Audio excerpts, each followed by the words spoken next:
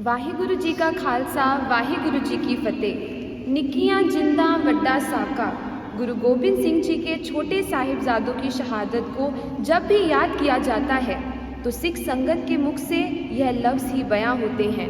आज मैं गवदीप आपको छोटे साहिबजादों का इतिहास बताने जा रही हूँ। सिरसा नदी पर जब गुरु गोबिंद सिंह जी का परिवार जुदा हो गया, छोटे साहिबजादे जोरावर सिंह और फतेह सिंह जी माता गुजरी जी के साथ रह गए। उनके साथ ना कोई सिपाही था और ना ही कोई उम्मीद थी जिसके सहारे वह परिवार से वापस मिल सकते। अचानक रास्ते में उन्हें गंगू मिल गया, जो किसी समय पर गुरु महल की सेवा करता था। गंगू ने उन्हें यह आश्वासन दिलाया कि वह उन्हें उनके परिवार के साथ मिलाएगा और तब तक के लिए वह लोग उसके घर में रुक जाएं।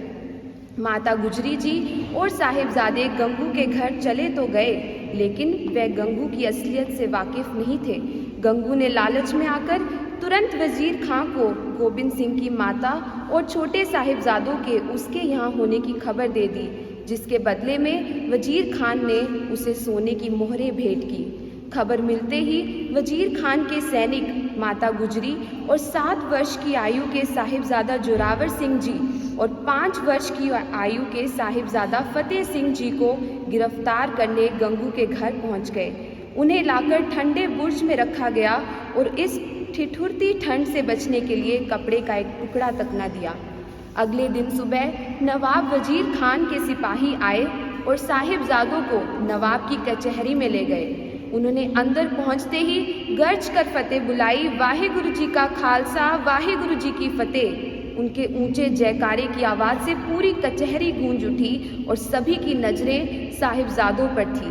वजीर खान ने उन्हें बच्चा समझते हुए पुचकार कर बोला, बच्चों तुम बहुत भले लगते हो। मुसलमान कौम को तुम पर बहुत गर्व होगा यदि तुम कलमा पढ़कर मोमीन बन जाओ। तुम्हें मुंह मांगी मुराद मिलेगी। इस पर दोनों साहिबजादे गरज कर बोले, हमें अपना धर्म प्रिय है। यह सुनकर नवाब को गुस्सा आया और काजी से बोला, सुन लिया इन बागियों का गुस्ताखी भरा जवाब, इन्हें सजा देनी ही पड़ेगी। यह बाग की संतान है। यह सुनकर भी जब साहिबजादे नहीं डरे तो वहाँ बैठा दीवान सुच्चानंद उठकर आया और बोला कि यदि तुम्हें छोड़ दिया जाए तो तुम कहाँ जाओगे।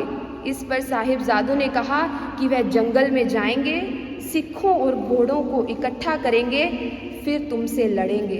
इस पर दीवान ने गुस्से में आते हुए नवाब से कहा कि इन बच्चों को सजा तो देनी ही पड़ेगी, अन्यथा आगे चलकर यह भी हमारे साथ बगावत ही करेंगे।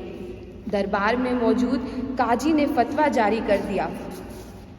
आदेश की तामील की गई और बच्चों को उस जगह ले जाया गया जहां दीवार बनाई जा रही थी। जल्दी से साहिबजादों ने जल्लादों से कहा कि जल्दी से जल्दी मुगल राज्य का अंत करो, पापों की दीवार और ऊंची करो, देर क्यों कर रहे हो। इतना कहकर दोनों साहिबजादे जपजी साहिब का पाठ करने लगे और उधर जल्लादों ने दीवार खड़ी कर दी और इसी तरह दोनों साहिबजादों को शहीद कर दिया गया। वाहिगुरु जी का खालसा वाहिगुरु जी की फतेह।